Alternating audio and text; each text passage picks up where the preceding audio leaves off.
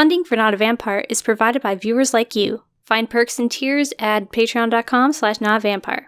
Thank you.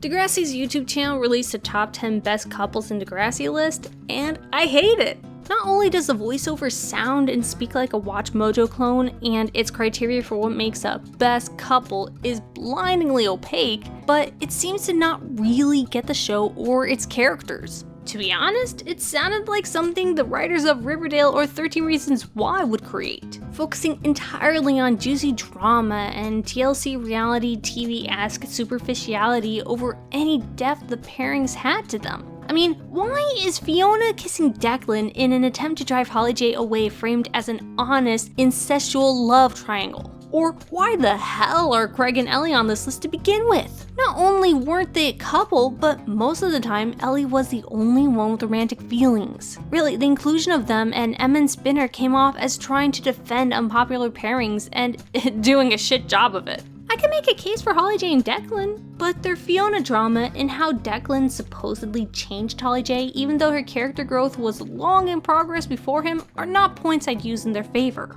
This video comes off as outsourced to people who only see Degrassi as another CW teen drama, and it feels pretty slimy to watch.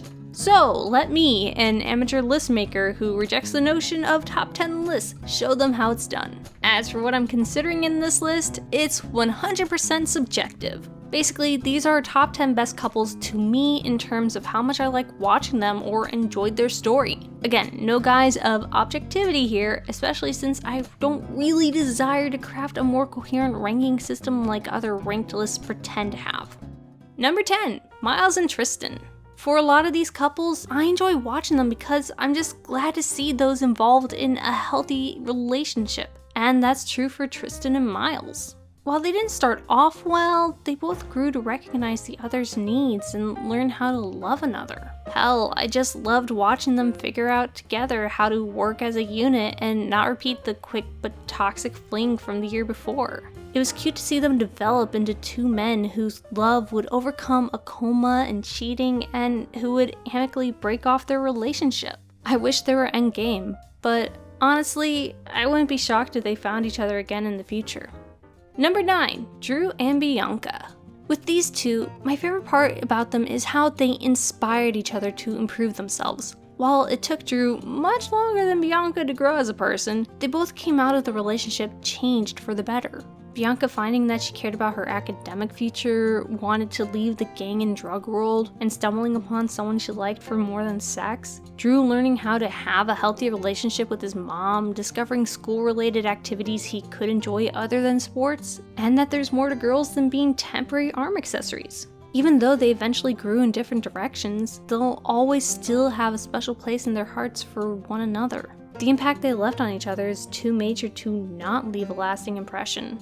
Number 8, Holly J and Sav. I just like how casual they were. Sav and Holly J knew they liked each other, but there was still an understanding that one day they would split. At the longest, they'd stay together till graduation, so they decided to just enjoy the time that they had together. No concern about arranged marriages, university plans, trying to work each other into future intentions. The relationship was temporary from day one, and they were cool with it. Holly J and Sav both knew that what they felt was spontaneous, but instead of rejecting their feelings, they decided to live in the moment, even if it's just a moment. And theirs wasn't a relationship of passions. They were generally supportive of each other right up until the end. Just a wholesome, casual fling, and I appreciate something of that nature being depicted in media.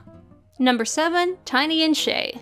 Shay and Tiny are just wholesome too. They're the kind of couple that plays Boggle together for fun and bonds over being major nerds. While Shay had a bit of maturing to do and needed to learn to trust in Tiny, they were definitely one of the healthiest and most bonded couples in the Degrassi series. I loved watching them be wholesome together, from Tiny trying to comfort Shay with menstrual products to having a real talk about sex. I want them to be endgame so bad because I don't want to let go of how great they are together. Number 6, Fiona and Imogen. Finally, Fiona and Imogen get a relationship that's actually constructive. If only it would have lasted, but I can also respect understanding that long distance isn't the right choice for every couple. In the time they had, they were there for each other. supportive while also stating when one thought the other was going in the wrong direction. Honestly, they didn't have much drama, and that's a pleasant change of pace considering their other relationships. Imogen brought out the quirky sides of Fiona, and Fiona gave Imogen a person to explore herself with who wouldn't be put off by her silliness. Not to mention, they look so cute together. Number 5, Shaun and Ellie. This was a relationship of healing, of necessity.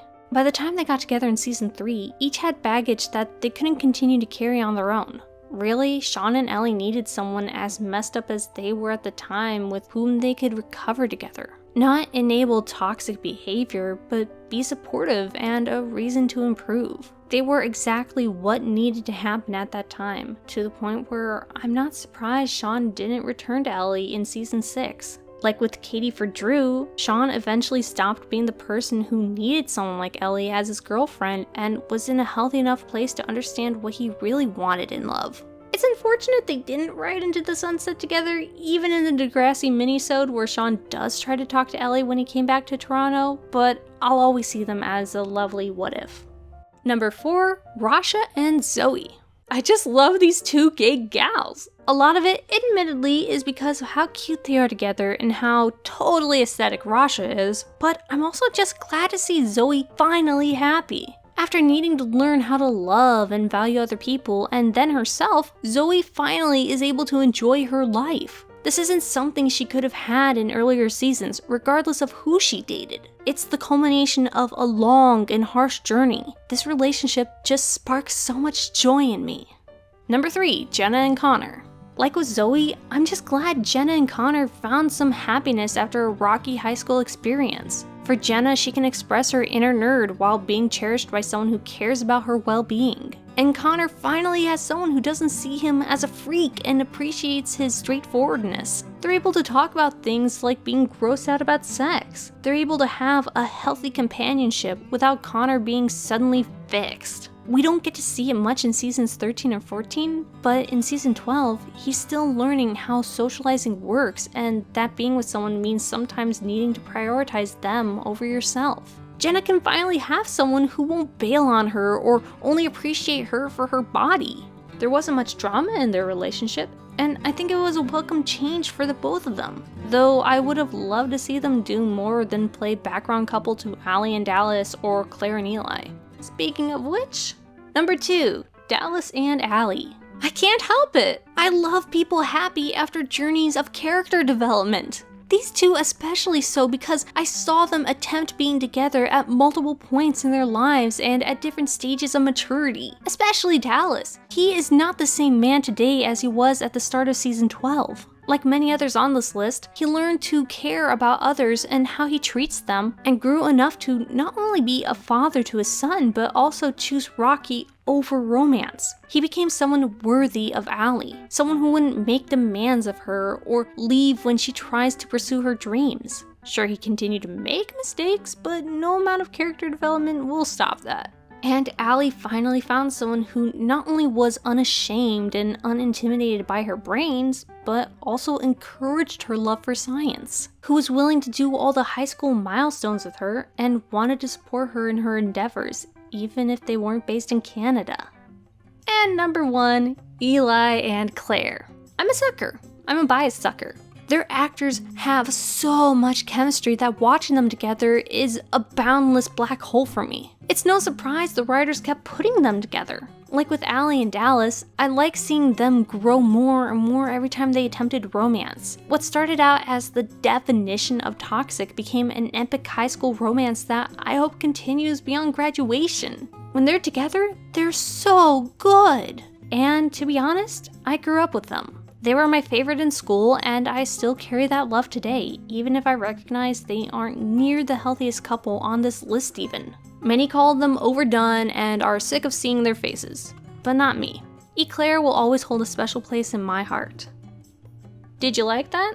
Want to make sure that I keep putting out cheeky videos? Consider pledging to me at patreon.com/NotAVampyre and get videos 2 days early and commission videos on the topics of your choosing. You can also keep up to date with my stuff through this Discord invite link or by checking me out on Twitter at NotAVampyre. Thank you for consuming this video, and until next time.